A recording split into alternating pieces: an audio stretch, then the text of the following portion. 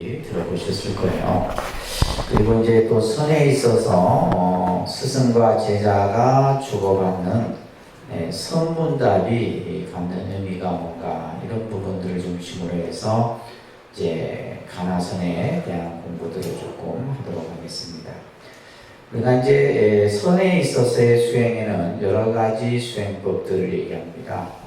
프린트에도 나와 있듯이 부처님의 께서 선정 수행을 닦으셨던 지관 수행법이고, 그죠? 그 다음에 위파사나 등등 또 묵조선, 가나선 이런 이제 형태로 볼 수가 있는데, 우리가 이제 공부하는 것은 바로 가나선입니다, 그죠? 이 가나선에서 공안 화두에 대한 먼저 그 개념을 조금 정리를 하고 보도록 하겠습니다. 공안은 스승과 제자 간의 오고 간 문답을 말한다. 이 문답은 단순한 일상적인 대화이면서 동시에 본질적인 깨달음의 방편이다.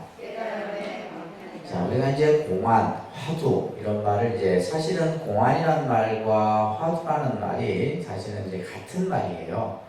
근데 이 공안과 화두라고 하는 것이 어떻게 해서 만들어지느냐라고 했을 때 바로 대화 속에서 이루어진다라는 거예요.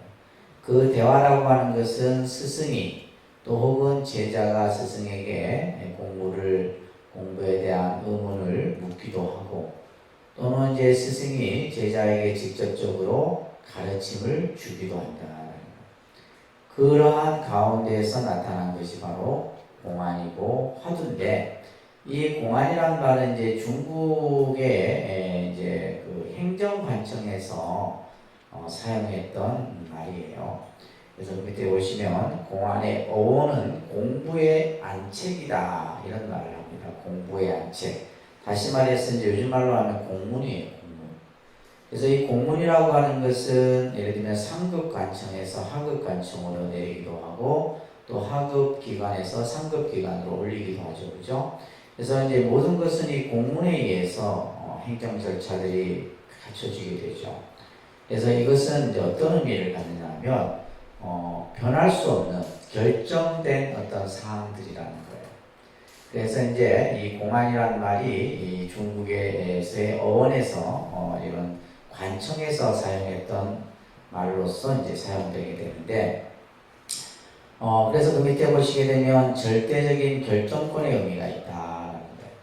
이거는 이제 예를 들면 함부로 바꿀 수도 없고, 또 이것을 자기 나름대로 해석할 수도 없다 이런 뜻이에요. 이것은 이제 스승의 엄격한 검증을 거친 영역에서 비로소 이 공안 화두를 통해서 이제 그 수행에 대한 공부에 대한 것을 검증받고 인가를 받게 되는, 그럼으로써 이제 그 밑에 보면 사자상승이라는 말이 있는데, 그러니까 사자상승. 이 사자상승이라는 말은 스승의 가르침, 스승의 법을 제자가 잊는다 이런 말이에요. 스승의 가르침을 제자가 그 법을 받아 이어. 그러니까 이러한 어떤 그 관계들이 바로 이러한 공안과 화두를 통해서 나타난다. 그렇기 때문에 이제 우에서도 말하고 있듯이 이러한 대화는 일상적인 대화다. 특별한 어떤 법문이 아니고 일상 속에서 이루어지는 대화이면서, 또 이 공안을 통해서 뭘 의미하는 거냐면, 중요한 말은 깨달음의 방편이다 이런 거예요. 그러니까 공안은 깨달음의 방편이다. 깨달음의 방편이란 말은 스승이 그 제자에게 깨달음의 이치를 깨우쳐주는 데 있어서 바로 이 공안 화두를 사용한다라는 거예요. 예를 들면 이제 스승이 여러분들에게 어떠한 질문을 한다거나 어떤 답을 내렸을 때 그걸 이제 바로 알아차려야 되는데, 그죠? 무슨 말인지도 모르고 무슨 뜻인지도 모르고, 그죠? 요즘 속된 말로 하면 멍 때리고 있으면 안 되는 거예요. 그럼 공부가 안 되는 거죠. 그러니까 바로 척 하면 착. 그래서 그것을 이제 선에서는 축 척착합착이다 이런 말도 있는데 뭐냐면 척하면 척 알아차려야 된다. 그러니까 이런 이제 가르침들이 선 공부에서 이루어지게 되는데 그래서 공안을 조교지서 위지공안이라 이런 말이 있어요. 바로 조사들의 말씀, 조사들이 남긴 그 가르침을 바로 공안이라 얘기를 합니다. 그래서 공안은 스승과 제자 간에 오고 가는 대화이므로 화두라고 하도한다. 그러니까 공안이라는 말과 화두라는 말은 같은 말이에요. 아시겠죠? 그래서 뭐 공안이라는 말을 쓰는 요즘에는 이제 대부분 이제 선사들이 선본문을 한다거나 할 때 화두라는 말을 보편적으로 씁니다. 그래서 이 공안이라는 말이 가지고 있는 의미도 이제 화두라는 말과 거의 이제 같은 의미예요. 근데 여기에서 이제 화두는 화자는 말씀 화자고 두자는 머리 두자예요. 그래서 이 두자는 접미사의 이제 그 뜻을 가지고 있어서 다른 뜻이 아니라 그냥 화두라는 게 뭐냐면 말이다. 이런 말. 예를 들면 누구의 말이에요? 선사의 말이다. 선사께서 하신 말씀을 화두라. 그래서 이 화두라고 하는 것은 선을 수행하는, 다시 말해서 참선을 수행하는 그러한 선사들이 쓰는 독특한 언어를 보통 우리가 화두라. 또 이제 이 화두라는 말은 단순히 이제 말이라는 뜻도 있지만은 말 이전의 말이다. 그러니까 예를 들면 이제 우리가 진정한 선의 가르침은 말로서, 글로서 표현할 수 없는 거죠. 그죠? 말을 하기 이전에 알아차려야 되는 거고, 또 우리가 글로 표현하기 전에, 그죠? 마음으로 깨우쳐야 되는 것입니다. 자, 이런 의미가 이제 바로 화두 공안의 뜻인데, 따라합니다. 불조의 기연. 이것을 이름하여 공안이라 한다. 그래서 기연이라는 말이 이제 기연이라는 이 한자가 이게 이제 어떤 의미냐면 깨달음의 어떤 그 계기가 되는 인연을 기연이라 그럽니다. 이 기자가 이제 기틀 기자라는 한자인데 다른 데 기연, 한자로는 기연이라는 뜻인데 깨달음의 이거는 이제 어떤 계기가 되는 뭐예요? 인연이에요. 그러니까 우리가 깨닫는 어떤 그 경지는 그냥 이루어지는 것이 아니라, 그죠? 반드시 그 깨달음의 계기가 되는 인연이 갖춰져야 되는 거예요. 그래서 예를 들면 서가모니 부처님이 보리수 아래에서 정각을 이룰 때도 마찬가지였고, 그죠? 역대 조사들도 반드시 깨달음의 이 기연이 이제 갖춰짐으로 인해서 깨달음의 그러한 경계를 얻게 됐다. 그래서 이러한 기연을 공안이라고도 하는 거예요. 스승의 언설이나 또 스승의 삶에서 지어온 그 일학과 수행의 모범으로서 제자에게 주어지고 제자는 그것을 통해서 깨달음을 이루게 되는 겁니다. 그래서 우리가 이제 선에서는 선사의 행적이 중요한 거예요. 선사들이 어떤 삶을 살고 어떤 행적을 보이고, 그죠? 그래서 예를 들면 우리가 태어나서 어디에서 공부하고 누구로부터 어떤 스승으로부터 어떤 가르침을 받고 또 어떻게 수행하고 이제 이런 어떤 그런 것들을 우리가 보통 행적이라 하는데 그 선사들의 행적의 그러한 모습들이 중요한 겁니다. 그리고 또 하나는 공안은 깨달음을 검증하는 수단이다. 공안이라고 하는 것은 깨달음의 계기가 되어주기도 하지만은 그 제자가 공부가 어느 정도 됐는가를 검증하는 수단이기도 하는 거예요. 그래서 예를 들면 깨달음이 무엇입니까? 라고 이제 제자가 물었을 때 스승이 뭐라 이렇게 일렀잖아요. 한마디 일렀는데 그 한마디 읽은 것을 제자가 바로 알아차려야 된다. 근데 그 말 뜻을 이해하지 못하면 아직 공부가 덜 된 거죠. 그죠? 그래서 이제 이러한 내용들이 이제 뒤쪽에서 설명되어지는데 바로 깨달음을 검증하는 수단이다. 자, 이러한 공안이 언제부터 나타났느냐? 사실은 이제 서가모니 부처님으로부터 이 공안 화두는 시작이 돼요. 여러분들 이제 서가모니 부처님께서 세 번에 걸쳐서 이제 법을 전하는 삼처전심이라고 하는 것을 보이시죠? 삼처전심이라고 하는 내용이 있어요.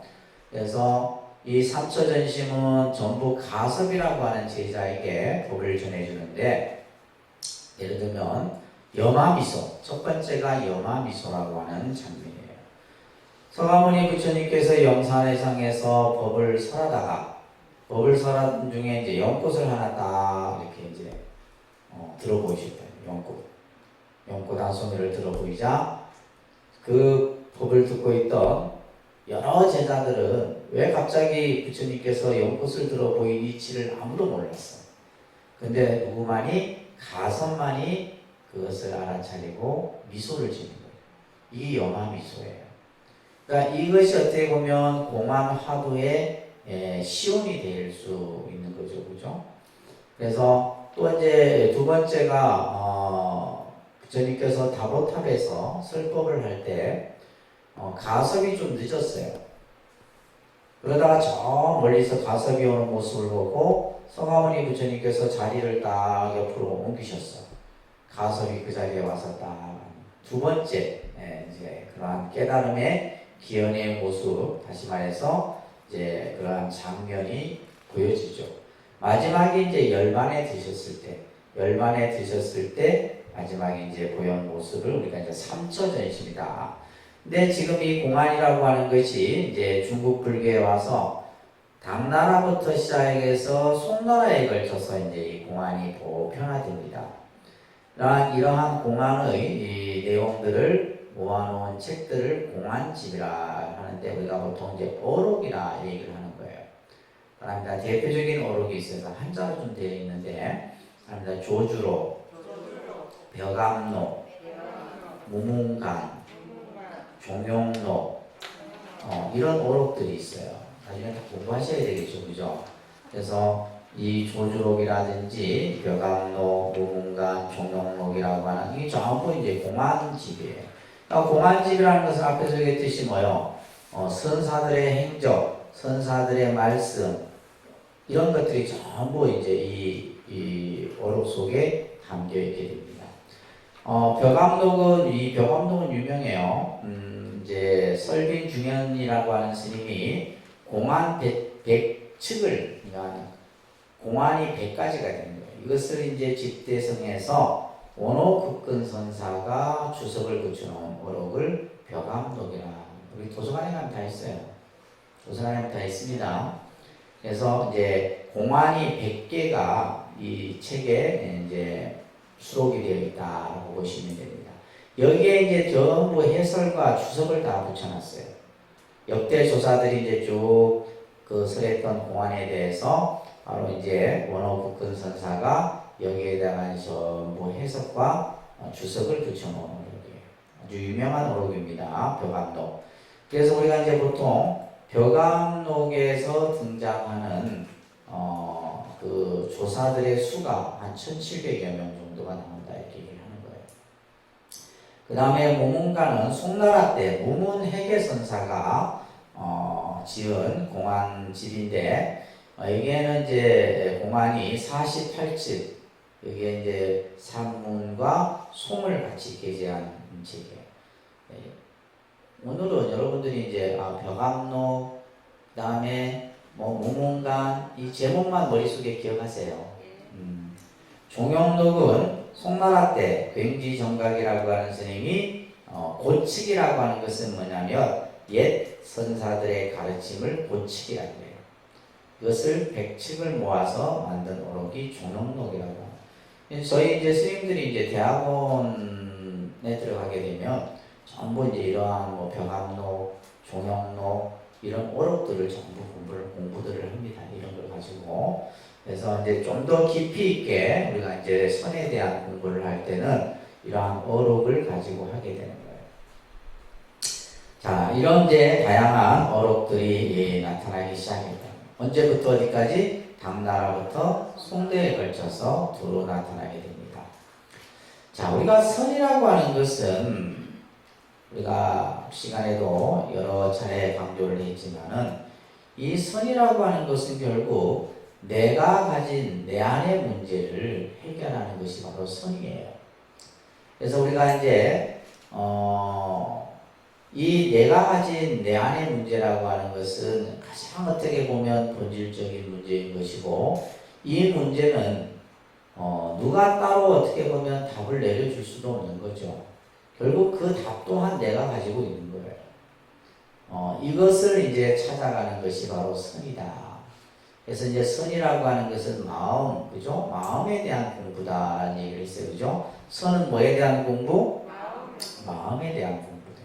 근데 이 마음이라고 하는 것은 어떤 마음이냐 하면 내 본래의 마음이에요. 이 본래의 마음이라는 것은 때묻지 않고 청정한 마음이에요. 그것을 이제 우리가 흔히 원각심이라고도 얘기를 합니다. 원각심, 본래심, 자성, 청정심 이런 말들을 하게 되는데, 그래서 선이라는 것은 자신의 문제를 해결하기 위해서, 자, 여기에서는 뭐냐면 철저한 의심을 가져야 돼요. 이것이 도대체 뭘까? 그죠? 이것이 도대체 무엇인가? 이 의문이에요. 그래서 우리가 이제 선을 하는 사람들이 일반적으로 선이 어렵다라고 하는 이유는 이것이 갖춰지지 않았기 때문이에요. 내가 가지고 있는 정말 본질적인 문제. 근데 우리는 사실 어떻게 보면 먹고 사는 문제가 더 급하잖아요. 그죠? 그러니까 먹고 사는 문제를 해결하기 위해서는 선을 가지고는 해결이 안 되는 거예요. 근데 이 선이라고 하는 건 먹고 사는 문제를 넘어서, 그죠? 그 이상의 내가 가지고 있는 가장 본질적인 문제예요. 그래서 그것에 대해서 의문과 고민을 누구에게? 스승에게. 그래서 우리가 이제 이 선을 수행하기 위해서는 반드시 스승이 필요한 것이고, 그 스승을 찾아가서 뭘 구해요? 법을 구하는 거예요. 여기에서부터 선은 시작이 된다라는 거죠. 근데 중요한 것은 여러분들이 사람한테 나는 크게 고민도 없고, 그죠? 궁금해하는 것도 없고, 의문도 없고 이러면서 가부좌 틀고 방석에 앉은들 망상 번뇌밖에 아니라는 거예요. 선이라고 하는 철저한 자기의심으로부터 시작이 된다. 예를 들면 자기 존재에 대한 성찰, 그죠? 나는 누구인가 하는 이런 문제. 나라고 하는 것은 도대체 뭘까? 나는 누구일까? 이런 어떤 자기의 본질적인 문제에 대한 의문을 갖지 않으면 이 공부는 안 되는 거죠. 근데 우리가 명상은 뭐냐 하면 일상생활 속에서 순간순간 내가 생각하고 느끼고 하는 것을 알아차리는 것에 머무는 거죠. 그걸 통해서 예를 들면 내가 화가 났을 때 화가 난 것을 알아차리고, 그죠? 내가 기쁘면 기쁜 것을 알아차리고. 그런데 선이라고 하는 것은 그 단계를 뛰어넘는 거죠. 그 선에서는 알아차리고 이게 아니에요. 뭐요? 내 본래의 주인공을 찾는 것. 자기의 어떤, 그래서 우리가 이제 이 공부가 최상승 공부다라고 얘기를 하는 거예요. 공부 중에서도 최고 퀄리티가 있는 공부예요. 근데 이제 이 최고 퀄리티 있는 공부를 여러분들이 이제 당연히 어렵게 느껴지는 거죠. 아무나 할 수 있는 것은 아닙니다.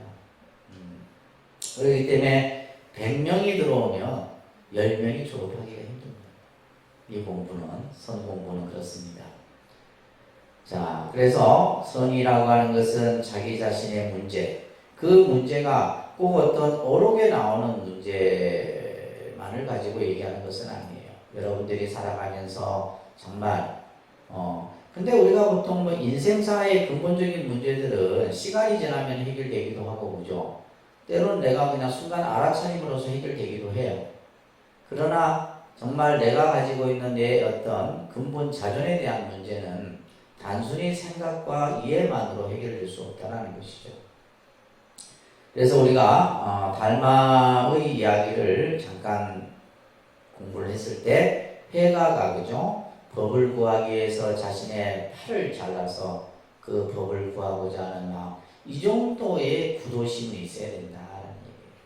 그 정도의 각오 없이 이 공부를 뛰어들 수는 없는 거예요.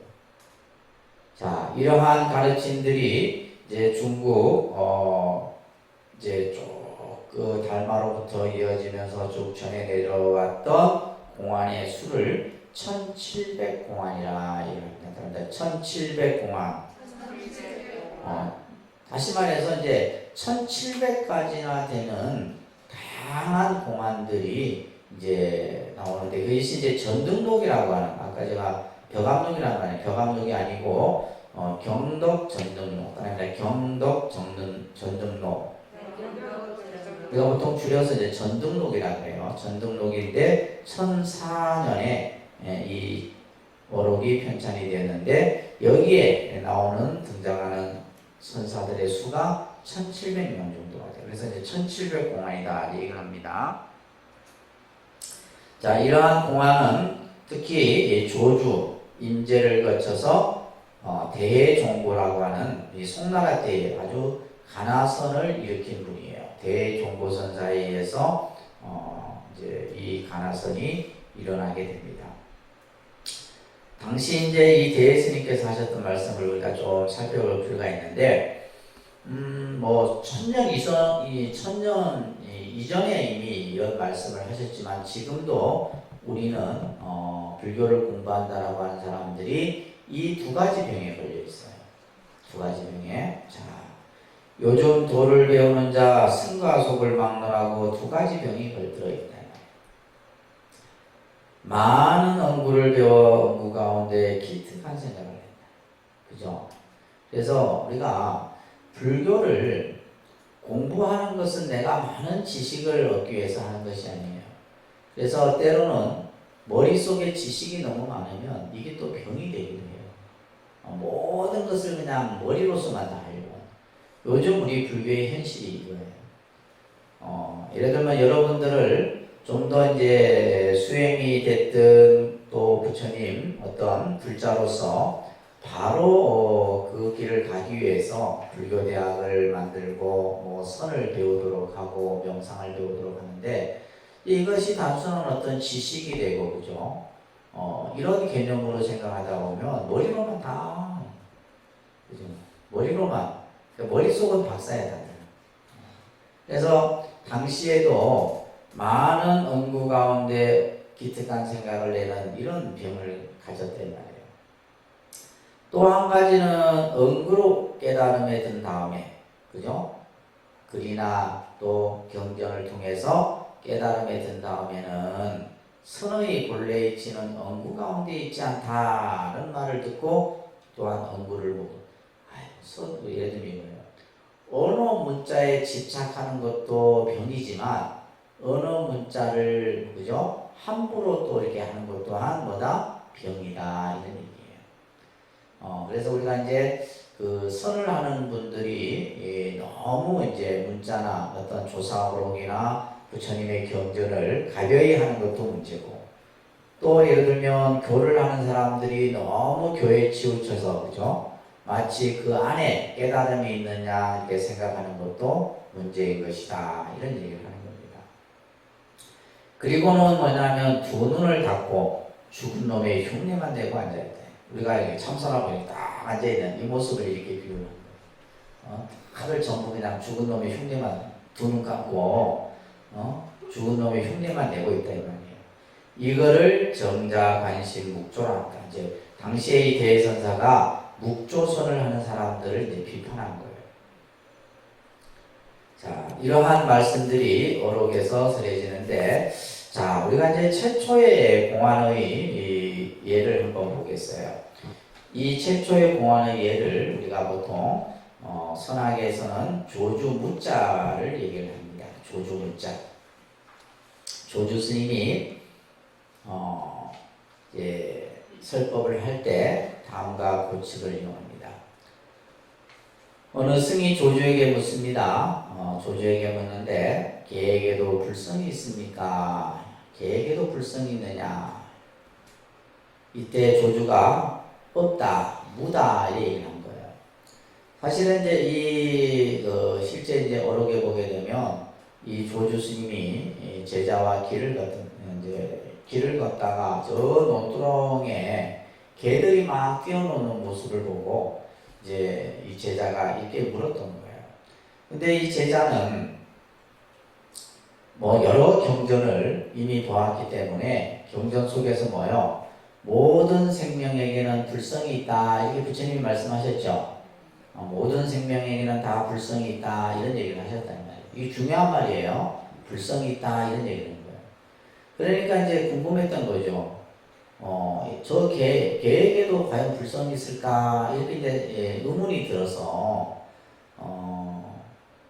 스님에게 물었는데 스님은 뭐라 해요? 무다 이랬단 말이에요. 여기에서 뭐가 생기는 거예요? 의문이 생기는데 없다라고 하는 것 자체의 얘기 아니에요, 사실은. 그러면 도대체 왜 없다고 했을까? 분명히 부처님께서는 그죠? 일체 중생은 다 불성이 있다라고 했는데 왜 스승인 조주는 없다고 했을까? 그래서 조주 스님이 이렇게 얘기합니다. 그에게는 업에 의한 분별이 있기 때문이다. 또 다를 때는 다른 경우에는 유다 이렇게 얘기를 했단 말이에요. 그러니까 이제 우리가 이 유다 무다라고 하는 여기에 사실은 포인트가 있는 게 아니에요. 그래서 이제 그 밑에 보시면 조주 스님께서 선 공부를 하는 사람에게 준 서장이라는 곳에서 이 내용이 나옵니다. 이 무자 한 글자야말로 참으로 무수한 그릇된 지식과 감각을 때리는 막대기인 것이다. 아까 이제 화두가 뭐예요? 깨달음의 방편이라 했잖아요. 그러니까 이 무라는 이 글자는 단순히 없다, 있다 이런 뜻이 아니에요. 이 무라는 것이 바로 뭐예요? 사실 이제 이때 무라고 했을 때 이 제자가 바로 알아차렸으면 뭐예요? 깨닫는 거죠. 바로 깨달아 버릴 수가 있었던 거예요. 근데 없다라고 하는 말이 뭐예요? 왜 부처님께서는 일체 중생에게 불성이 있다고 했는데 없다고 했을까라는 여기에 이제 또 자기의 생각이 딱 이제 만들어진 거죠. 그래서 자 그것에 대해서 무엇인가가 있다 없다라고 이해해서는 안 된다. 있다 없다라는 관점에서 봐서도 안 되는 거예요. 논리적인 이해를 해서도 안 돼. 논리적인 이해는 뭐요? 경전에 봤더니 부처님이 분명히 있다고 했는데 왜 스님께서는 없다고 얘기했을까? 이게 논리적인 이해잖아요. 그죠? 이것도 이렇게 해서는 안 된다. 의식적인 입장에서 사려 분별해서도 안 돼요. 의식적인 자기 생각 속에서 이것을 있다 없다라고 판단해서도 안 되고 언어로 주고봐서도 안 되고 또 아무것도 없는 허무의 상태에 내비게쳐서도 안 되고 또 무엇인가를 만들어내는 곳에 수긍해서도 안 돼. 또 문헌 속에서 그 근거를 찾아서도 안 돼. 이게 바로 화두공안이에요. 그러니까 화두공안이라고 하는 것은 뭐예요? 어디에도 답이 있는 게 아니에요. 답이 없다 이 말이에요. 그 답은 누가 가지고 있다? 내만 알고 있는 거예요. 근데 우리는 뭐예요? 그 답을 모르잖아요. 분명히 답은 내가 알고 있는데 그 답을 모른다 이 말이에요. 답을 모르니까 자꾸 몰라요. 경전을 찾아보기도 하고 다른 어떤 자기 생각 속에서 답을 찾으려고 하고 이렇게 이제 하는 것은 바람직하지 않다.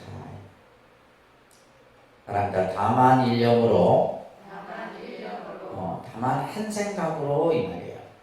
평상시와 마찬가지로 행조자화하는 것에 입각하여 그러니까 늘 일상생활 속에서 앉으나 서나 가나 오나 눕고 하는 그죠? 그 가운데 말이에요. 언제나 그것을 제기하고 뭘 제기하는 거야? 왜 문화했을까? 왜 문화했을까? 이걸 제기하는 항상 생각 속에서 이렇게 하는 거야. 왜 문화했을까? 그죠? 왜 문화했을까? 그리고 언제나 분명히 마음의 생각을 떠올리는 것이다. 그래서 화두일념이라는 말이 있어요. 화두일념. 그러니까 화두일념이라는 말은 그 화두가 내 생각 속에서 밥을 먹을 때도 화두가 들고 잠을 잘 때도 길을 갈 때도 앉으나 서나 가고옴에 있어서 모든 생각이 오직 화두일념에 맞다. 그러니까 이제 그 화두일념을 드는데 뭐요? 생각으로 헤아려서도 안 되고 그죠? 책을 속에서 답을 찾으려고 해서도 안 되고 오로지 뭐요? 화두 그 하나만을 그대로 드는 거예요.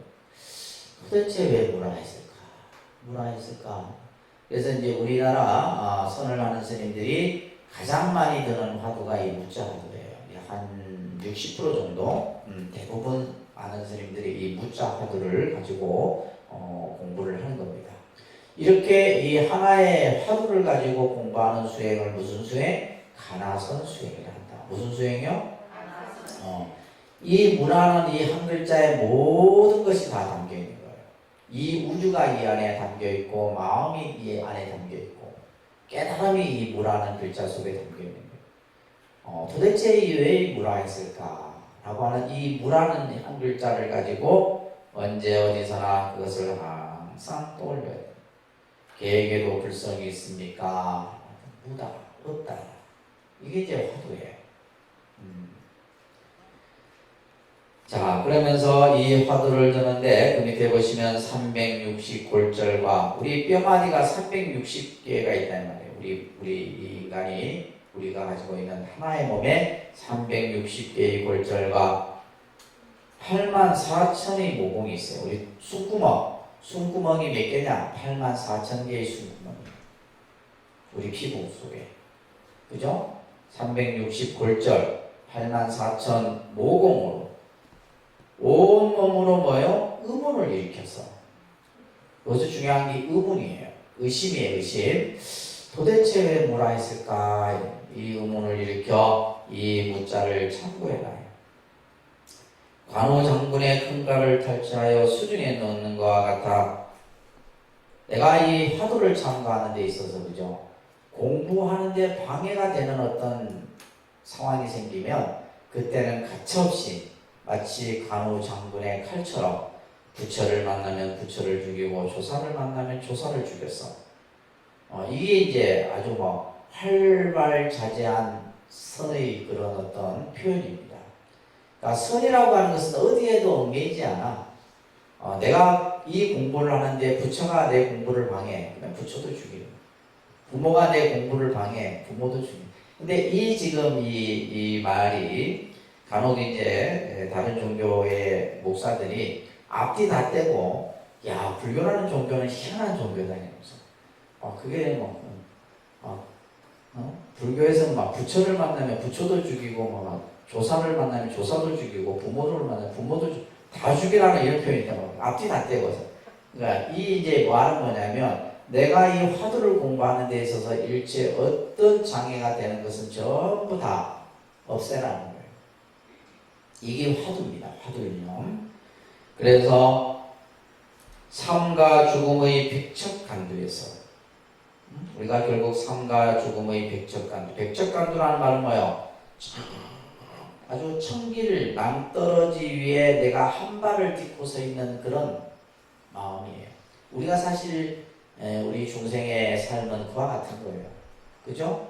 여러분들이 100세 인생 하고 하지만은 그 100년이라는 시간은 눈 깜짝할 새에 지나가는 것이다.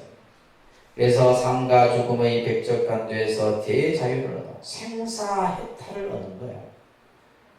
육도사생 가운데를 행해 유의 삼매하리라 라는 말을 하고 계시는 겁니다. 이게 선이에요. 그래서 선이라는 것은 일체 어디 걸림이 없는 거예요. 그래서 우리가 이제 저희 스님들이 이제 처음 출가해서 이런 이제 말씀들을 접했을 때, 야, 이게 불교구나. 이런 걸 느끼게 되는 거예요. 여러분들도 그걸 느끼셔야 돼요. 불교가 얼마나 지향하는 세계나 또 우리가 그 궁극의 깨달음이라는 그 길이 얼마나 위대하고 큰가를 여러분들이 아셔야 돼요. 그래서 이제 스님들이 이제 이런 말을 접했을 때, 야, 내가 정말 출가하길 잘했구나. 이런 생각들을 수도 없이 하는 거예요. 이런 공부들을 하면서 실질적으로. 자, 그래서 여기서 의단이라는 것은, 자, 의단이라는 말이 있어야 되는데, 의단이라는 말은 의심덩어리다. 의단이 무슨 말이요? 의심덩어리다. 의심. 단자는 똘똘 뭉칠 단이에요. 의심이 딱 아주 그냥 뭉쳐져 있는 거예요. 의심덩어리. 이 의단이란 나의 전부가 그대로 의문의 덩어리가 되는 것이며, 의심하는 나와 의심되어지는 무가, 그죠? 예를 들면 내가 도대체 왜 무라 했을까? 이 무가 나와 하나가 되는 거예요. 생각하는 나와 생각되어지는 무가 따로 있는 것이 아니라 나와 그 무가 하나가 되어져서 이렇게 됐을 때 뭐가 되는 거예요? 우리가 이제 이 공안 타파 이런 말을 씁니다. 공안 타파, 화두 타파, 같은 말이에요, 그죠? 공안이 타파되고 화두가 타파. 이걸 우리는 깨달음이라는 거예요. 깨달음. 이 공안이 타파됐을 때, 다시 말해서 내가 가지고 있던 의문, 의심 덩어리가 다 깨뜨려 버려졌을 때 뭐예요? 모든 것이 다 환하게 밝아지는 거예요. 이 깨달음의 경계입니다.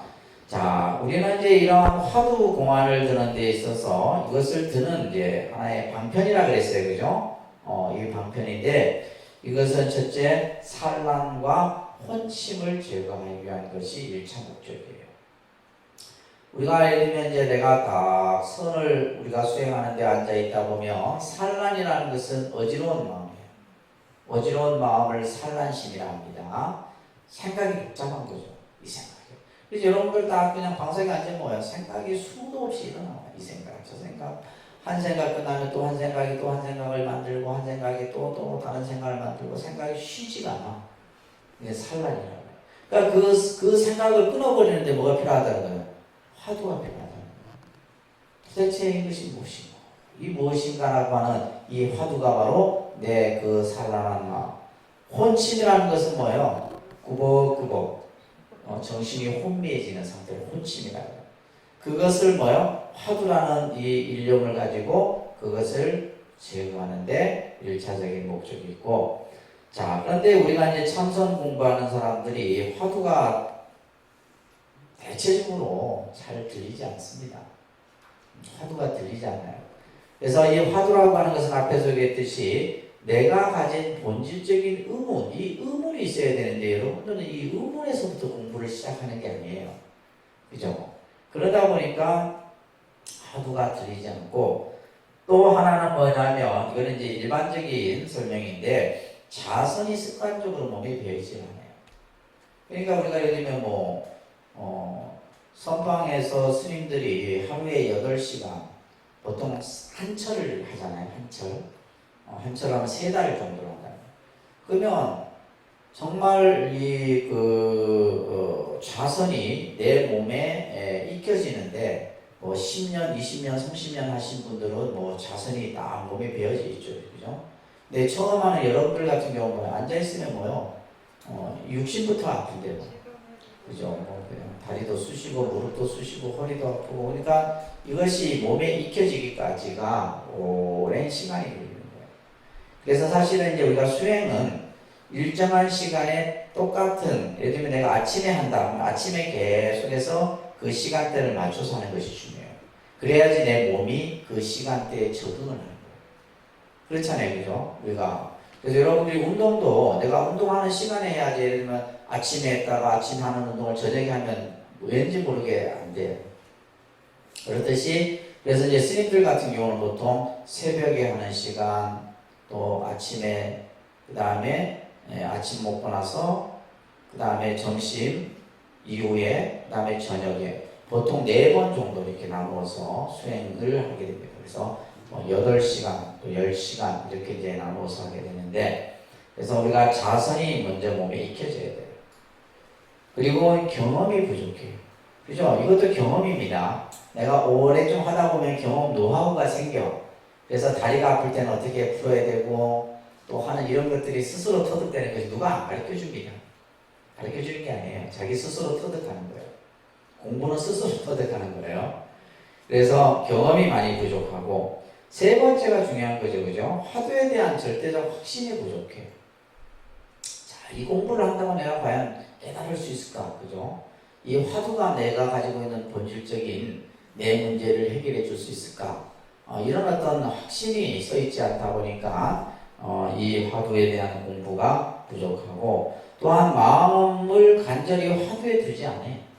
화두를 우리가 예를 들면 예를 들면 여러분들이 50분을 앉아서 화두 참선을 한다 했을 때 45분은 망상이에요. 정말 내가 화두를 다 해서 들 수 있는 시간은 5분도 채 안 돼요. 우리가 예를 들면 공부를 예를 들면 50분 공부하면 실제 공부 잘하는 학생들이 집중하는, 공부를 잘할수록 집중력이 높은 거죠. 그죠? 예를 들어 그러니까 머리는 비슷해. 머리는 비슷한데 뭐가 문제예요? 집중력이 문제인 거예요. 집중력을 오래 지속하느냐, 그냥 뭐 한 3분, 한 5분 지나가면 이제 딴 생각하고 딴짓하고 이러면 안 되는 거죠. 똑같은 거예요. 공부 방법은. 자, 그래서 예선사들이 이 화두를 잘 참고하기 위해서는 세 가지를 얘기합니다. 따라합니다. 대신근, 신근이라는, 그죠? 대신심이라고도 합니다. 믿음이에요, 믿음. 화두에 대한 믿음이에요. 그리고 화두에 대한 믿음과 또 스승에 대한 믿음이기도 하겠죠, 그죠? 그래서 첫 번째, 대신근이 있어야 되고, 둘째는 대분심이라고 합니다. 따라합니다. 대분지. 이것을 대분심이라고 해요. 분심은 뭐냐 하면, 뭔가 내가 열심히 하고자 하는 용맹심이 있어야 되는 거예요. 용맹심이 있어야지, 뭐, 아이고, 해도 그만, 안 해도 그만, 이런 생각으로는 공부 안 됩니다. 기도도 마찬가지예요. 기도도 이 세 가지, 참선 공부 이 세 가지 요소하고 똑같아요. 믿음이 있어야 되고, 그죠? 분심이 있어야 된다. 내가 뭔가 팍 떨치고 일어나요. 망상 번뇌가 일어나잖아요. 그 망상 번뇌를 내가 딱 끊어버리고, 한 걸음 더 나아가려고 하는 이 용맹심이 있어야 되는 거예요. 그리고 세 번째 뭐예요? 대의심입니다. 그러니까 대의심. 그래서 이 의심, 의문이 화두에 대한 공부에 있어서 중요한 내용이다라는 것이에요. 자, 그래서 그 다음 페이지 넘겨보시면 5페이지. 몇 가지 이제 화두를 이제 예를 들면 첫째가 조주의 구자무불성 화두다. 그러니까 구자무불성. 이 구자가 개구자입니다. 개구. 그래서 구자무불성 화두라 해서 스님 개에게도 불성이 있습니까? 아까 얘기했을 때 조주 스님이 무다. 그죠? 이게 도대체 왜 무라 했을까? 그죠? 이 무라는 것이 도대체 무슨 말이냐 이 말이에요. 그래서 보통 이제 우리가 이 화두에 대해서 우리 이제 한국 불교 가나선에서는 시산마라는 말이 있어요. 시산마. 그죠? 시산마라고 하는 이 시산마는 이제 무슨 말이냐면 이목구라는 뜻이에요. 이목구. 그죠? 이것이 도대체 이것이 무엇이냐 말이에요. 도대체 이것이 무엇이냐라고 하는 이제 이것을 가지고 이제 우리가 모든 화두에 적용을 합니다. 그 다음에 만법귀일이라고 하는 화두가 있는데 어느 날 제자가 스승에게 묻습니다. 조조에게. 그러니까 모든 이치가 한 곳으로 돌아간다 합니다. 그 한 곳은 또 어디로 돌아갑니까?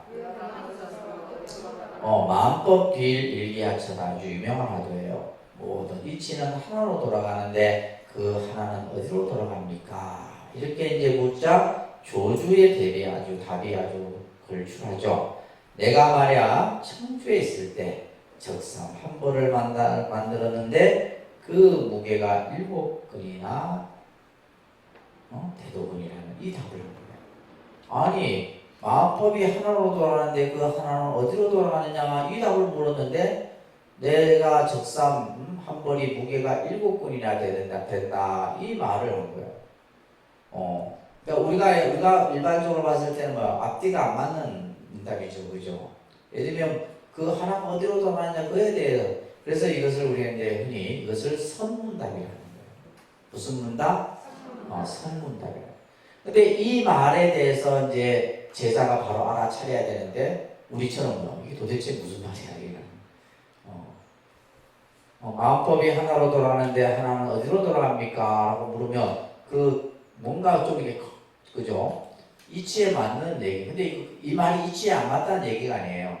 이거는 이제 조주 스님이 이 제자를 깨우치기 위해서 이 답을 하신 거예요. 근데 이것을 이제 알아듣지 못하면 이제 공부가 108,000리가 되는 거죠. 그 다음에 세 번째도 유명한 화두지요. 간시골이라고 합니다. 간시골.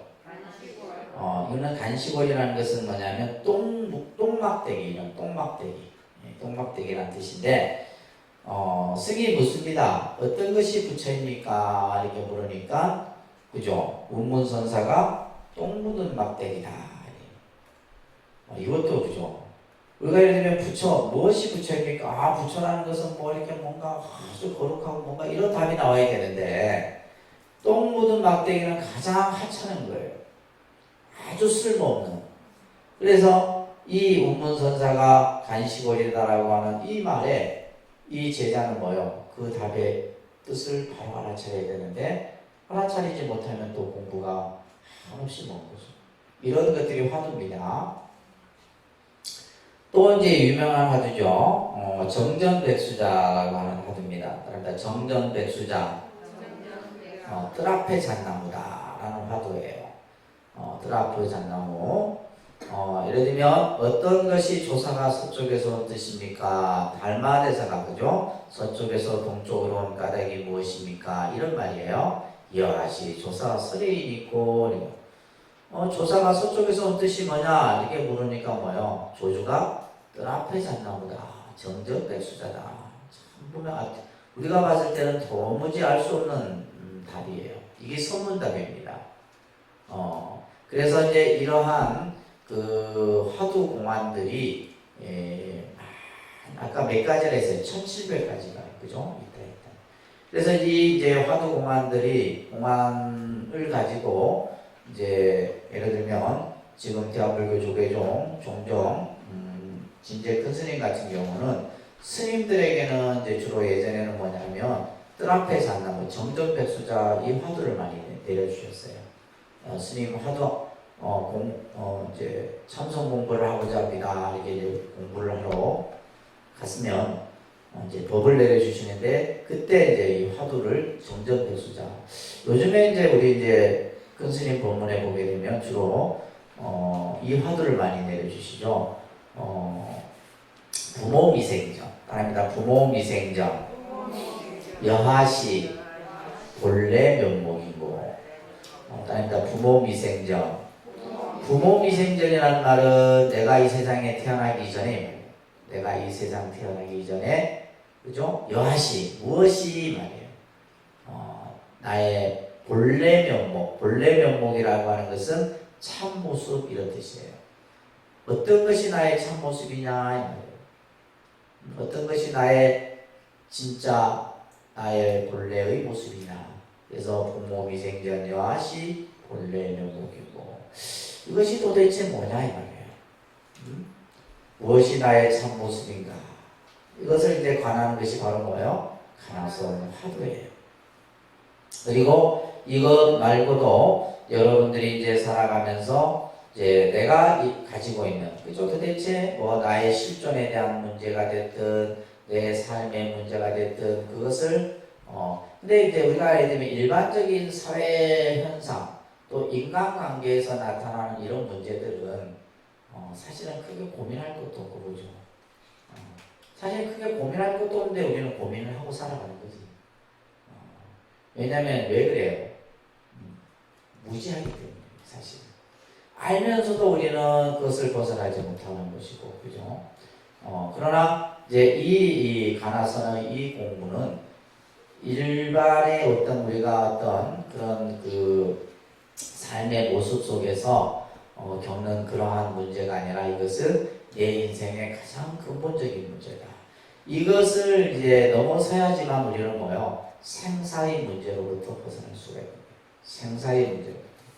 그래서 공안의 기능은 따릅니다. 수행의 촉매제 역할을 합니다. 수행의 촉매제 역할. 그러니까 다시 말해서 참선을 내가 수행하는 데 있어서 그냥 이 화두가 없다 생각하면 뭐야? 가만히 눈만 감고 멍청하게 있는 거죠. 근데 이 화두를 내가 들므로써 뭐요? 끊임없이 의문을 일으키고 그 생각과 내 모든 이 한 몸이 뭐요? 화두 일념 속에 갇혀.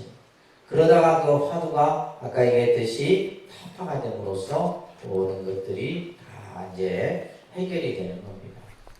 그리고 두 번째 중요한 말이 깨달음을 검증하는 기능입니다. 그러니까 깨달음을 검증하는 기능. 예를 들면 이제 제자가 수행을 통해서 공부가 어느 정도 됐는지 안 됐는지를 점검할 수 있는 것은 결국 뭐예요? 스승이 제자에게 묻는 질문에 그 질문에 답을 어떻게 하느냐에 달려있는 거죠. 그죠? 그래서 이 화두, 공안, 또 문답을 통해서 깨달음을 검증하는 기능으로 사용돼요. 그래서 이제 그 밑에 보면 이제 선문답이라고 하는 말이 나오는데, 아닙니다. 선문답은 제자의 방편으로 쓰여졌다. 제접이라는 말은 뭐냐면 제자를 이제 가르침으로 이끄는 데 있어서 바로 이 선문답이 이 제자를 공부하는, 그러니까 우리가 예를 들면 뭐 학교에서 공부하는 학생들이나 다 마찬가지잖아요. 공부는 뭐예요? 퀘스천 마크, 의문으로부터 시작이 됩니다. 뭐 과학을 하는 사람이든 철학을 하는 사람이든 어떤 학문이든 간에, 그죠? 선생님 이것이 뭐예요? 이것이 뭐예요? 이것이 도대체 무슨 의미예요? 여기서부터 시작이 되는 거잖아요. 그러니까 여러분들도 이 불교 공부는 그러한 의문을 가져야지 공부가 재미가 있는 거예요. 의문도 없이 뭐 공부하고자 하는 발심도 없이 그냥 앉아있으면 안 됩니다. 항상 스스로 의문을 일으켜야 되는 거예요. 도대체 부처님 법이 뭘까? 그러니까 부처님 법이 뭘까라는 생각이 여러분들이 뭐예요? 불교 공부를 하는 거잖아요. 부처님 법이 도대체 무엇일까? 선이라는 것이 무엇일까? 라고 하는 의문에 우리가 선 공부를 하는 거고, 하듯이 그렇게 이제 이 문답을 통해서 제자를 제접하는 방편으로 쓰여지는 거예요. 선문답은 보통 평범한 언어를 통해 나냐, 뭐 특별한 언어가 아니에요. 평범한 일상의 언어입니다. 그런데 이 언어가 격의 도리를 나타내기도 해요. 다른 데 격외라는 말은 틀을 벗어났다 이 말이에요. 틀을 벗어난 도리. 아까도 뭐요? 부처가 뭡니까? 똥막대기다. 이건 격의 도리예요. 그러니까 예를 들면 부처가 뭡니까? 부처라는 것은 깨달음이고 그 거룩한 것이고, 그죠? 이렇게 우리가 일반적으로 알아야 되는데, 똥막대기다 이건 뭐예요? 이거는 틀을 벗어난 이치란 말이에요. 그래서 그러한 틀을 벗어난 이치를 개송과 또한 질문에 대한 대답을 통해서 이 선문답이 나타나게 돼요. 특히 선문답은 선을 지도 체득하는 과정에서 스승과 제자 사이의 문답으로서 이것은 단순한 의사소통이 아니고 아닙니다. 수행의 방편으로 행해지고 깨달음을 검증해온 도구이다. 그래서 이제 우리가 뭐 명상도 그렇든 위파사나도 그렇든 가장 중요한 것이 스승과 제자의 대화예요. 대화에 대해서. 그래서 너가 느끼고 생각하는 것이 무엇이냐. 명상 같은 경우 내가 느끼고 생각하는 것이 이런 거. 그 생각에 대해서 이렇게 붙이고, 선도 마찬가지예요. 너 공부가 어느 정도 공부가 되었느냐, 뭐 이런 식으로, 그죠? 이게 그런 어떤 스승과 제자가 주고받는 이런 어떤 대화 속에서 이제 스승이 제자의 공부를 점검하고 검증하고 그렇게 해서 이제 단계 공부가 향상될 수가 있는 거죠. 자, 몇 가지 이제 그 대화를 얘기를 하고 있는데, 천암선사와 아옹 스님의 대화입니다. 천암 스님이 스님은 어디에서 왔습니까? 그러자 아옹 선사가 정자사에서 왔습니다. 여기까지는 일상적인 거죠. 어디서 왔습니까? 천암 선사가 그 다음에 두 번째 질문이 부모에게서 태어나기 전에는 어디에서 왔습니까? 심상치 않죠? 부모에서 태어나기, 여러분들에게도, 그죠? 여러분들에게도 물을 수 있는, 부모에게로부터, 그죠? 태어나기 전에 어디서 왔습니까? 근데 나옹 선사가 딱 받아치잖아요. 오늘 아침은 4월 초이틀이요. 4월 초. 이게 답이에요. 이게 이제, 근데 이것을 또 누가 알아차려야 돼요? 천암선사가 알아차려야 되는 거예요. 그러니까 눈 밝은 사람은 속일 수 없다. 이렇게 되더라고요. 이게 선사들의 대화입니다. 이게 도예요. 여기에 이제 깨달음이 있는 거예요. 그 다음에 현사 선사와의 납자와의 대화인데, 납자가 이제 제가 선문에 막 들어왔는데 선문에 들어가는 길을 가르쳐 주십시오 이렇게 얘기해요. 그러자 현사 스님께서 저 골짜기에 흐르는 물소리가 들리느냐? 예, 들립니다. 그 소리를 따라가라. 멋있지 않으세요? 이게 선이에요. 이게 선이야. 그래서 묻고 답하기라고 하는 자기 표현 수단입니다. 그래서 선문답은 동문서답이 아니에요. 동문서답이 아니고 이거는 또 신비적인 유희도 아니에요. 말장난이 아니다 이 말이에요. 단지 선에서 우리가 그 선가에서 쓰여지는 언어 체계 속에서 드러나는 표현 방식으로 이것은 앞에서 얘기했듯이 제자를 이끄는 방법이다. 그래서 선문답에서 사용하는 언어는 일상적이고 상식적인 언어들이죠. 또 때로는 오도송, 전법계 이런 이제 개송들 스님들이 이제 깨달음을 얻었을 때 오도송이라고 해요. 그죠? 또 이제 열반하실 때 그 열반의 깨달음에서 설하는 개송을 열반송이라고도 하고 뭐 이런 이제 여러 가지 선사들의 그러한 가르침들이 있는데 여기에는 중요한 말이 상징과 비약이 함축되어져 있어요. 그 안에는 뭐요? 아주 깊은 뜻이 담겨 있다 이 말이에요. 단지 글자를 해석하는 것만으로 이해할 수 없다라는 거예요.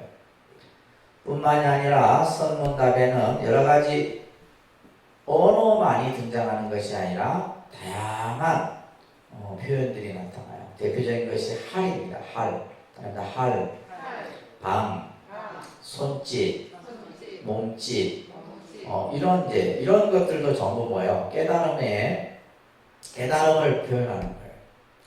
그래서 선사들이 법상에 올라가서 그죠? 갑자기 소리를 탁 지른다 이 말이에요. 이게 할이에요. 근데 이 속에 뭐가 있다? 깨달음이 있는 거예요. 근데 그것을 못 알아듣잖아요. 못 알아듣는다.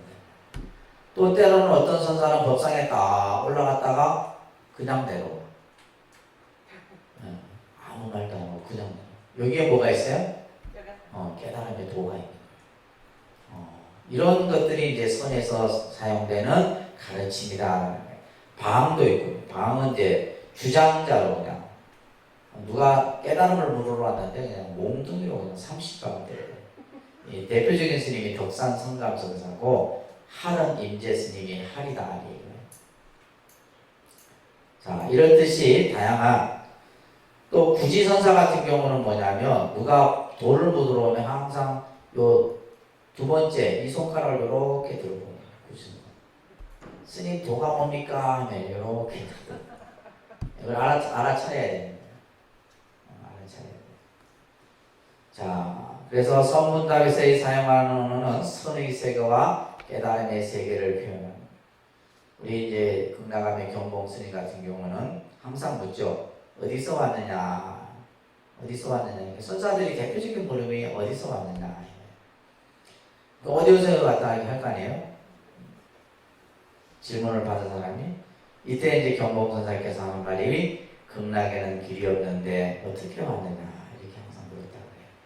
극락에는 길이 없는데 경봉 선사가 항상 주석했던 암제가 극락암이잖아요, 그죠? 그 극락암에 머무시면서 극락에는 길이 없는데 어떻게 왔느냐 이렇게 물으셨다고 해요.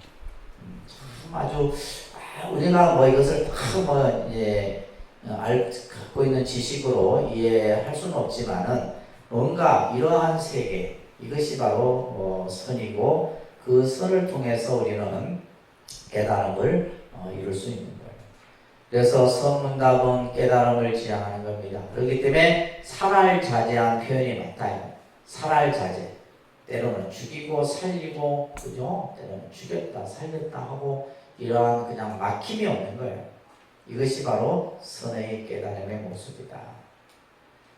납자가 어떤 것이 조주입니까? 묻자 동문도 있고 서문도 있고 남문도 있고 북문도 있다. 이런 얘기들을 하고 있고 효 효봉 스님의 삼관에 대한 얘기도 있고 합니다. 그래서 우리가 이제 뭐 근대 효봉 스님, 경어 스님, 마음공 스님, 경봉 스님 등등 그죠? 지금도 많은 수많은 선사들이 각자의 어떤 수행의 그러한 깨달음을 통해서 많은 이들에게, 그런데 이것이 이제 좀 안타까운 것은 선은 일반인들이 어렵게 느껴진단 말이에요. 어렵게 느껴지고, 그러니까 이제 쉬운 것을 접근하다 보니까 이제 명상이나 육가사나 이런 쪽에 이제 가게 됩니다.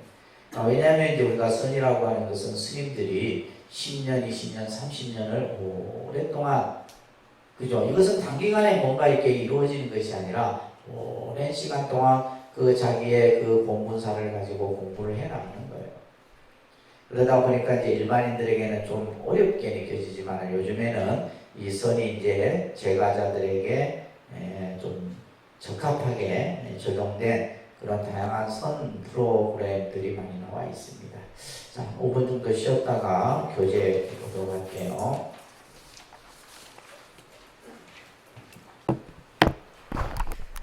기본적인 중요한 내용들은 다뤘기 때문에 전반적인 내용들만 조금 살펴볼게요. 98쪽에 이제 오늘 그 선수행의 방법과 실천이라고 하는 내용인데요. 우리가 보통 이제 수행을 몸의 건강을 위해서 하는 수행과 마음의 건강을 위한 수행으로 구분될 수 있다. 그래서 이제 일반적으로 여러분들이 많이 하는 것들이 이제 몸의 건강을 위해서 하는 수행법으로는 일반적인 뭐 체조, 요가 이런 것들 대역에 해당됩니다. 그렇죠? 그다음에 호흡법, 뭐 기공과 관련된 이런 것들은 이제 몸의 건강을 위한 수행이고, 보통 우리가 이제 불교에서 하는 여러 가지 수행 중들이 주로 이제 마음을 위한 수행인데, 사마타 수행이라든지 비파사나 수행, 그다음에 이제 참선 수행 이제 이런 것들을 들 수가 있습니다. 우리가 지난 시간에 이제 뭐 수행과 이런 개념들로 다 공부를 했죠, 그죠? 특히 이제 우리가 선수행에 있어서 크게 이제 수행을 가나선 수행과 묵조선의 구분으로 이렇게 할 수가 있습니다. 그래서 가나선은 우리가 앞에서도 봤듯이 화두를 가나는 수행을 가나선이다라고 얘기를 합니다. 화두를 가나는 수행법. 그래서 관한다, 간화라는 것은 화두를 본다, 화두를 가난다 이런 의미를 가지고 있는데, 다시 말해서 스승이 나에게 준 그 물음에 대해서, 그죠? 그 물음에 대한 답을 우리가 이제 찾아가는데, 그 답이 이제 어떤 우리가 지식이나 생각 속만 가지고, 의식만을 가지고 찾을 수는 없다 이런 말씀을 했습니다, 그죠? 그래서 화두는 스승으로부터 공부 방법을 배워서 그것을 터득해 나가는 수행 방법이 바로 가나선 수행이고, 그리고 그 스승으로부터 점검을 받고, 그죠? 또 수행의 경지를 인정받아서 사자상승의 과정을 밟아간다 이런 말씀을 드렸습니다. 보통 우리가 이제 가나선의 대표적인 창시자로서 대해종보 스님을 우리가 들 수가 있어요. 대해스님. 이 대스님은 송나라 때 인물인데, 특히 당시에 이제 여러분들 100페이지 보시게 되면 장상령이라고 하는, 이 장상령이라는 인물은 당시 이제 무진거사라고 하는 이제 별명을 가지고 이제 쉽게 말해서 재상이었으니까 굉장히 어떤 직위가 좀 높은 그런 인물이었어요. 그래서 이 대선사가 장상령이라는 인물과 많은 어떤 친교를 쌓게 됩니다. 그래서 장상령이 대에게 원호국근 선사를 찾아가서 법을 배울 것을 권유해서 이 대선사가 당시 37살 때 원호국근 스님을 찾아가서 가르침을 받고 깨달음을 얻게 됩니다.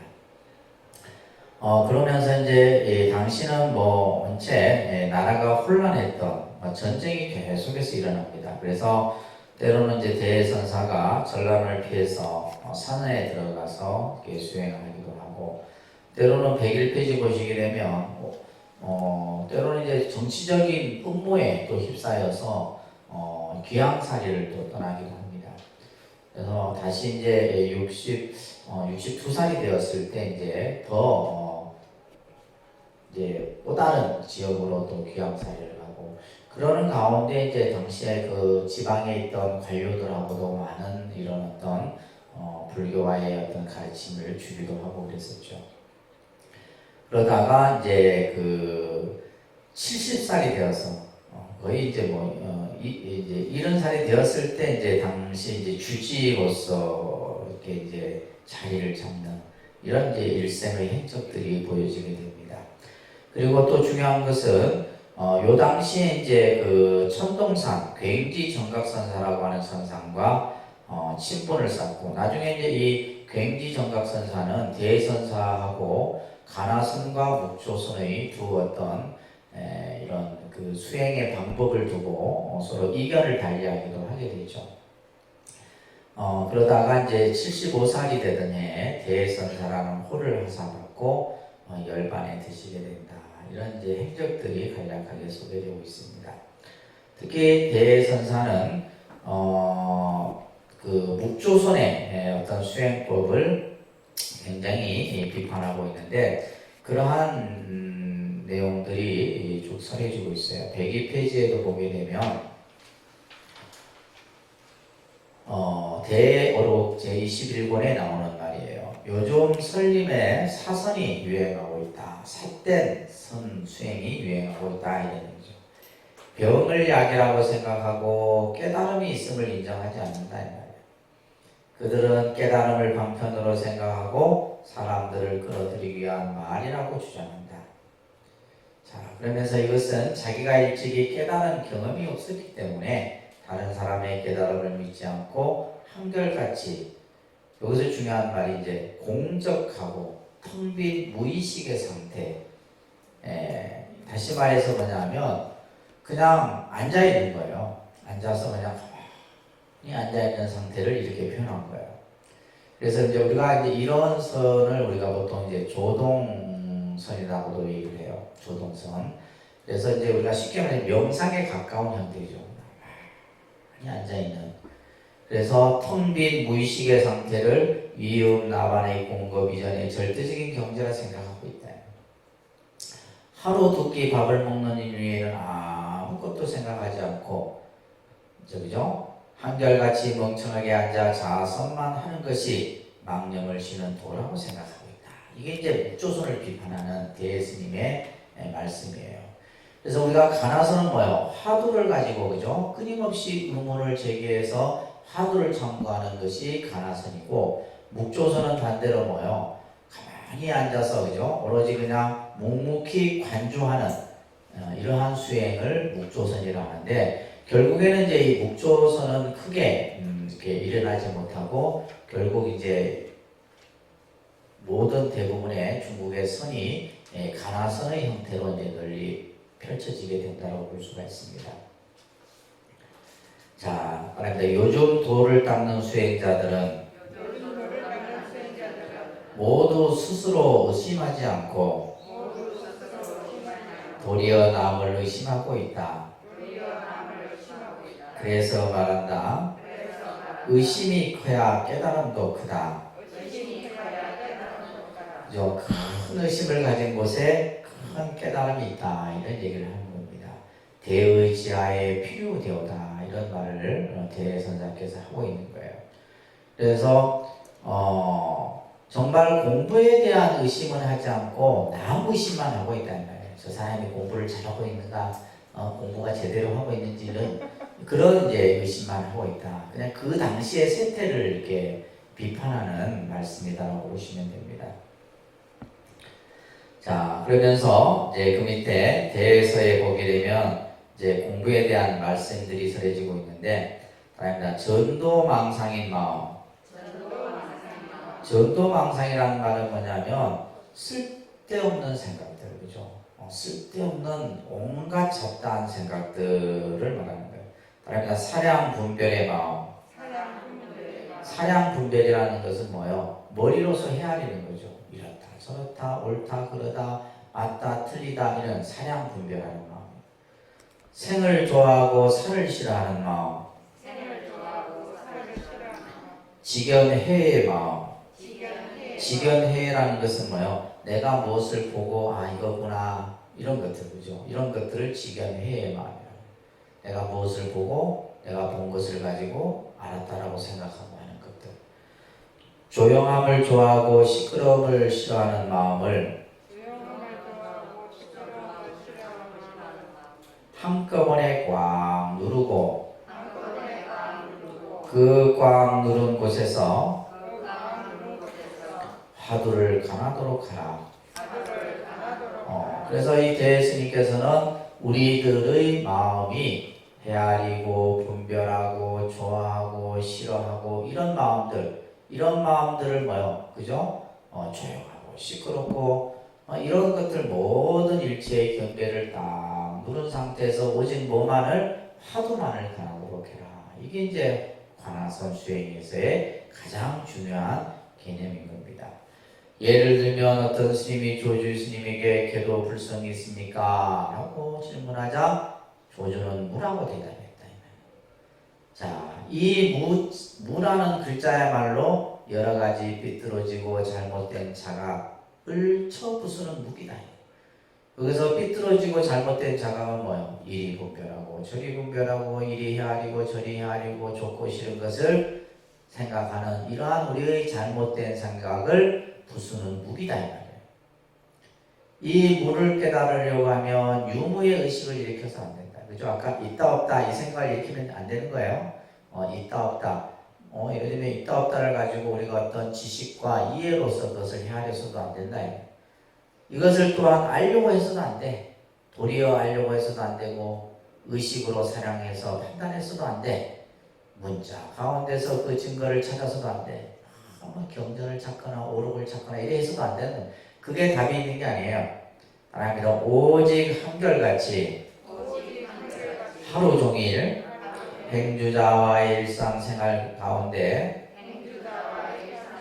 언제나 공안을 들고 항상 정신을 차려 참고해야 한다. 그래서 우리가 화두 참고라는 말이죠. 화두 참고.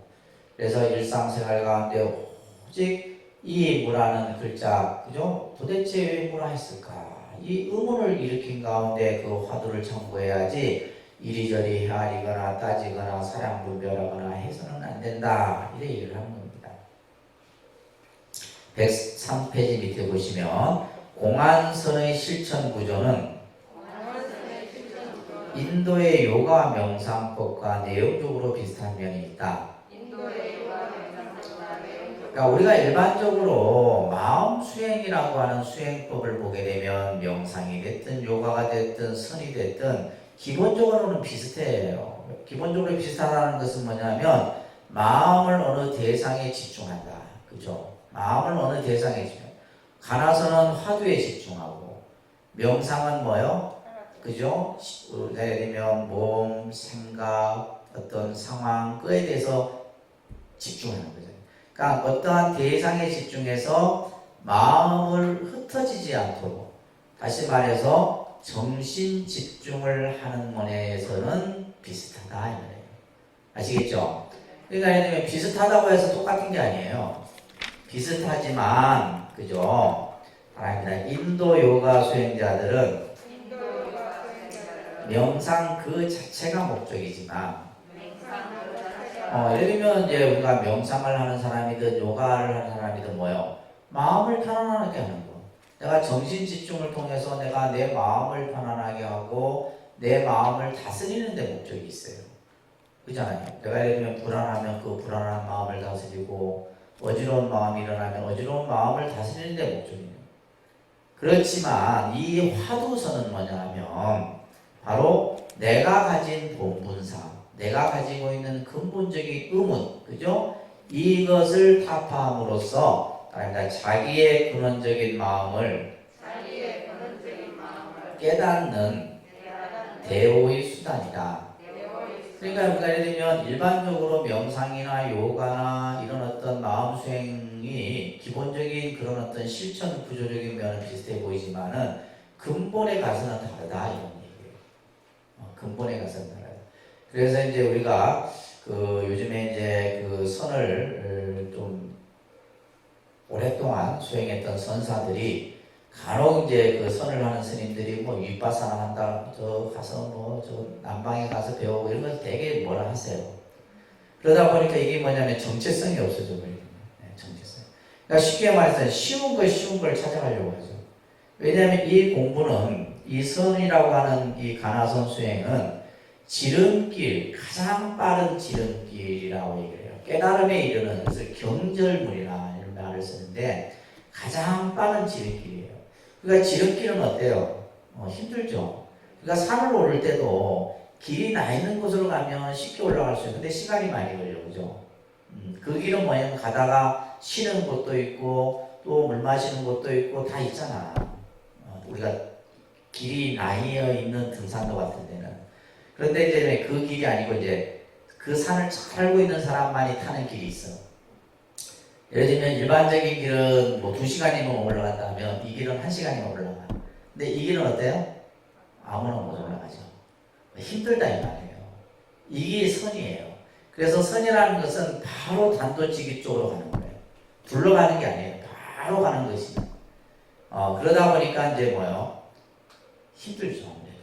힘들고 근기가 수승해야지만 이것을 할 수 있다. 이런 얘기들을 하는 겁니다. 그래서 우리가 이제 명상이나 요가나 이 가나선 수행을 같다라고 이렇게 같은 입장에서 봐서는 안 된다. 이런 얘기를 하는 겁니다. 반면에 이제 아까 우리 이 묵조선의 굉지정각선사는 바로 이제 이 천동 굉지정각선사라고 해요. 그래서 나중에 정말 이 선을 우리가 좀 재밌게 공부하는 분들은 나중에 이제 중국 뭐 지금 코로나 상황이라서 그렇지만은 이제 스님들 같은 경우는 이 선사들이 머물렀던 뭐 천동산이라든지 그죠? 이런 그 수행처들을 이렇게 순례하는 이런 코스들도 있어요. 그래서 예를 들면 대스님이 수행했던 곳, 육조해능 스님이 수행했던, 그다음에 달마 스님의 그런 수행했던 이런 선사들이죠, 그죠? 이런 절들을 쭉 순례. 저도 이 천동산에 한번 굉장히 절이 큽니다. 이 천동산. 그래서 이 천동산에 갔더니 뭐요? 굉지 정각선사가 이곳에서 공부를 했구나, 그죠? 그래서 공부를 우리가 했던 그런 어떤 장소들을 직접 이렇게 볼 수가 있는 겁니다. 그래서 이 스님은 조동종의 종품을 이으십니다. 그래서 조동종 하면 이제 우리가 이제 일본의 선종을 조동종이라고 해요. 일본의 선종. 그러니까 우리 이제 일본도 조동종이 있고 임재종도 있고 그래요. 일본도 이제 종파가 여러 개인데 이제 주로 뭐 이제 교종의 종파들이 있어요. 일연종 같은 경우. 법화경, 일연종, 법화종 이런 종파들도 있고 선종 계통에서는 조동종, 그다음에 임재종 이런 종파들이 있어요. 임재종은 이제 우리 한국의 선종하고도 좀 비슷하죠. 임재종은 왜냐하면 우리 한국의 가나선도 임재선풍이거든요. 그래서 임재선풍이고 실제 우리는 이제 조계 육조해능의 선풍을 근데 조계 육조해능은 저 이어지는 것이 임재로부터 이렇게 이어지는 거예요. 그러니까 이러한 선풍을 무슨 선풍? 가나 선풍이라 합니다. 반면에 이제 묵조선은 이제 조동종 종풍을 계통으로 해서 나타나게 되는데 이 굉지정각 선사도 아주 대단한 선사입니다. 대단한 선사예요. 그래서 나중에 이제 이 앞에서도 봤지만은 대스님과 이 굉지정각 선사는 서로 친했어요. 서로 친했지만은 그 수행 방법에 대해서는 때로 상대를 비판할 때는 아주 신랄하게 비판을 했던 이런 것들을 우리가 볼 수가 있습니다. 대스님께서 이런 얘기를 했어요. 배고페이지 보시게 되면 천동산의 굉지화상은 당대 최고의 종사다. 최고의 선지식이다. 최고의 어른이다. 이런 말이에요. 내가 행각할 때 그는 이미 선사로 존중. 그러니까 이제 대선사가 이제 수행자로서 이렇게 공부를 할 때 이미 굉지정각선사는 뭐요? 아주 큰 스님으로 이렇게 위치해 있었다 이 말이에요. 또 선언을 개당한 출세 선지식으로 뛰어난 제자도 많았다. 이렇게 이제 대스님께서 얘기를 하고 계시죠. 특히 이제 굉지의 묵조종 사상을 드러내고 있는 가장 중요한 문구입니다. 그러니까 묵묵히 일체의 언어를 금고 좌선할 때 불성의 영묘한 작용이 분명히 깨달음의 세계로서 그대로 드러난다. 비출 때는 확연히 텅비어 있지만은 그 불성의 본체는 영묘히 작용하고 있다. 그래서 우리가 묵할 때 이제 이 묵자가 묵묵할 묵자, 묵이에요. 다시 말해서 우리가 예를 들면 무건한다 하잖아. 무건. 아무 말을 하지 않는 것을 무건이라는데 이때 쓰는 한자어가 바로 묵묵할 묵자입니다. 그래서 묵이라는 것은 언어와 분별을 떠난 세계예요. 말을 떠난 것이다 이 말이에요. 그러면서 형태적으로는 자선의 실천으로 오로지 뭐예요? 앉아서 자선하는 그 자체로서 수행의 본질을 삼는 형태가 바로 묵조선이에요. 그래서 조라고 하는 것은 빛을 조자인데 이것은 뭐예요? 내 안의 자성, 내 안의 불성을 스스로 비춘다라고 하는 의미를 가지고 있는 겁니다. 그래서 묵조선은 따라합니다. 묵묵히 자선을 실천하는 그 자체가 바로 깨달음의 강명을 비추고 있는 깨달음의 전개이다. 그래서 가나서는 화두 일념을 통해서 행주자화하는 곳에서 오로지 화두 하나만을 가지고 그죠? 그 자신의 의문을 답함으로써 자신의 그 깨달음을 드러내는 것이 가나선이고, 묵조선은 뭐예요? 그냥 일체 언어를 끊고 오로지 뭐예요? 묵묵히 앉아서 자신의 그 불성을 비추는 것. 이것이 바로 묵조선이다. 그래서 결국에는 이제 이 선이 아까도 얘기했듯이 묵조선이 이제 크게 드러나게 되는. 그래서 이제 이 묵조선이 결국 한국의 선풍을 중심으로 일어나게 되는 거죠, 그죠? 자, 그래서 묵조선 자체를 우리가 이제 교학적으로, 선학적으로 예를 들면 가나선이 낫느냐, 묵조선이 낫느냐 이런 어떤 개념도 없어요.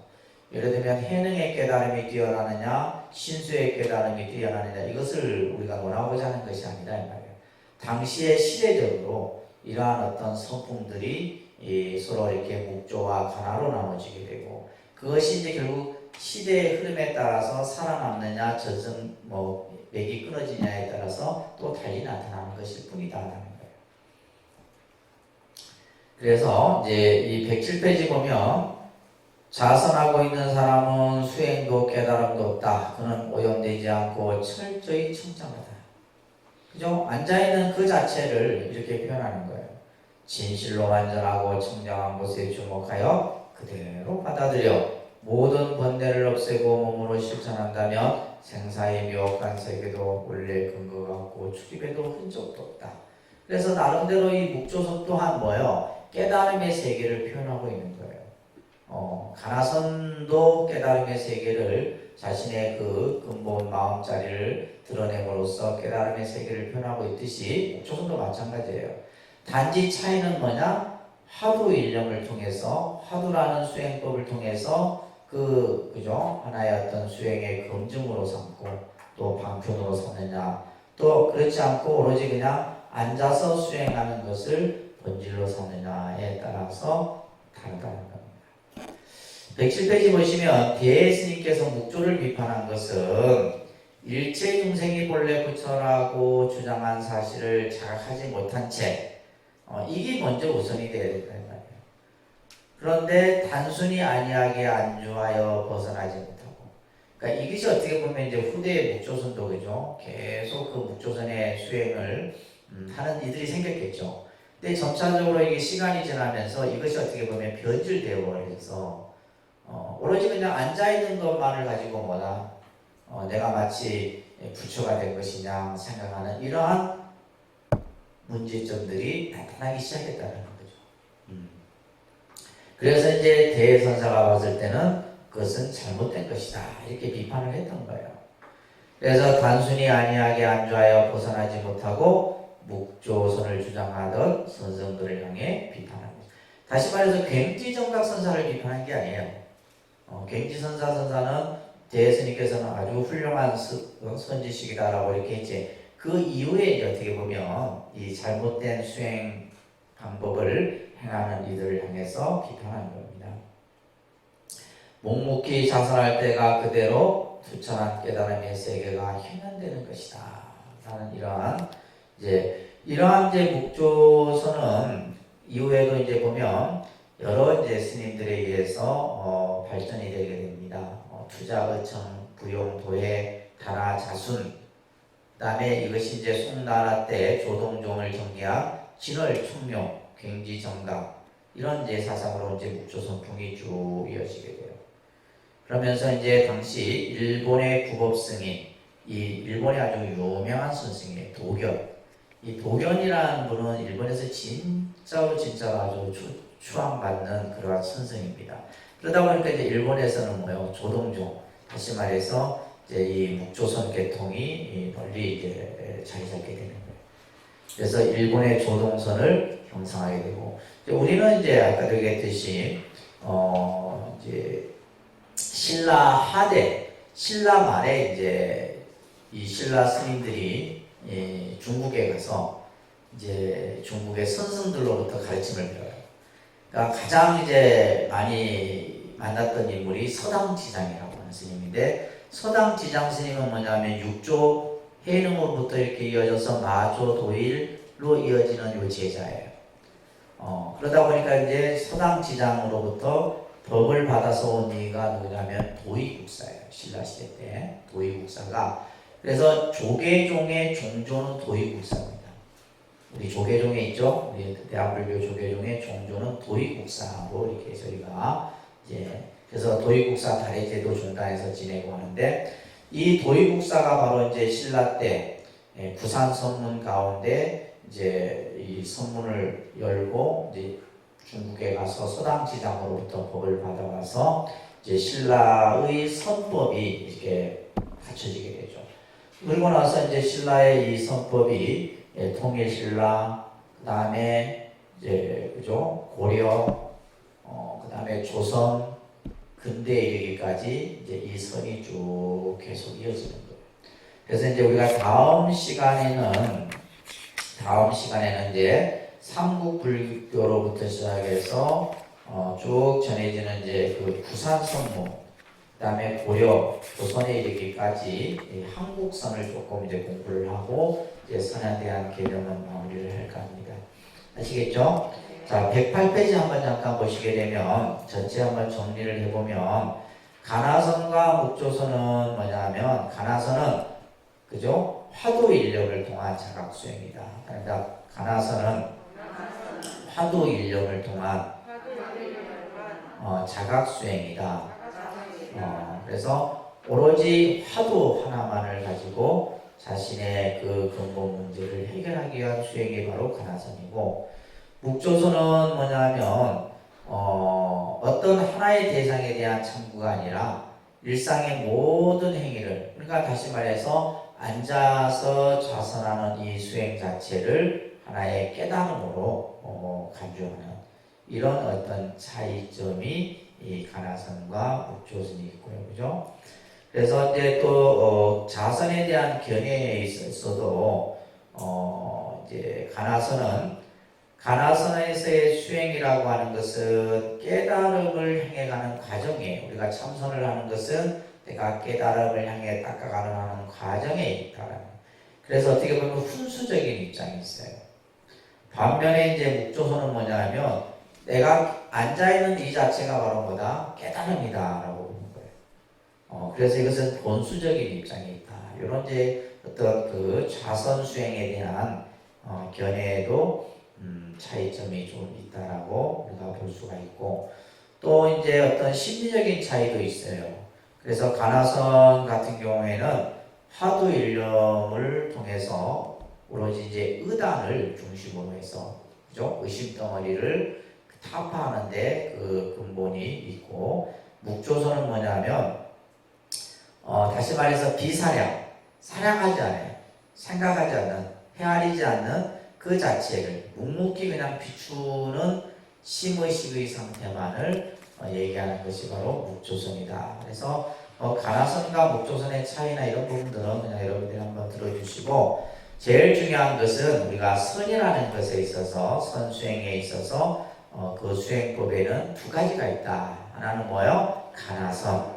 그 다음에 하나는 묵조선인데 우리 한국에서는 무슨 선이다? 가나선 수행이다. 그래서 이 가나선 수행에서 제일 중요한 것은 바로 스승으로부터 자신의 그 공부에 대한 것을 이제 직접 어떻게 보면 스승에게 자신의 공부의 의문을 묻고 그 의문에 대해서 스승이 답을 하고 그 답을 찾아가는 이러한 공부가 바로 가나선 수행의 가장 중요한 핵심이다. 요 정도만 여러분들이 정리를 하시면 될 듯 싶습니다. 아시겠죠? 네, 그래서 가장 중요한 개념만 머릿속에 좀 담아주세요.